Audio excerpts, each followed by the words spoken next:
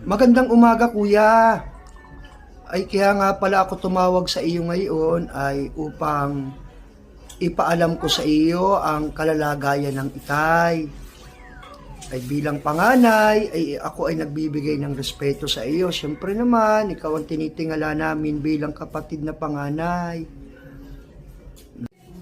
O ay kumusta naman kayo dyan? Kumusta naman ang itay?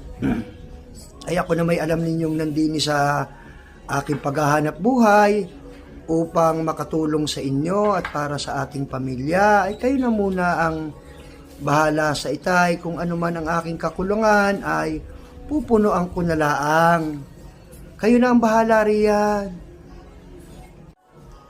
Ay kuya, ay tumawag nga pala akong muli at talaga naman ang kalagayan ng itay ay gayon at gayon pa rin hindi nagbabago. Oh.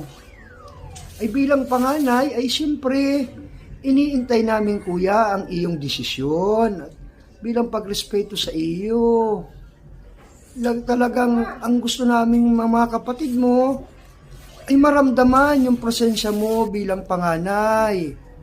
At kami nahihirapan na rin din Ay hala, kung ang desisyon ko din laang lagi naman ang iniintay nyo at hindi na kayo makapag-desisyon dyan at lagi na laang ako ng ako, ay kayo bagay mga walang sariling isip kung paano didesisyonan ang pangyayaring yan?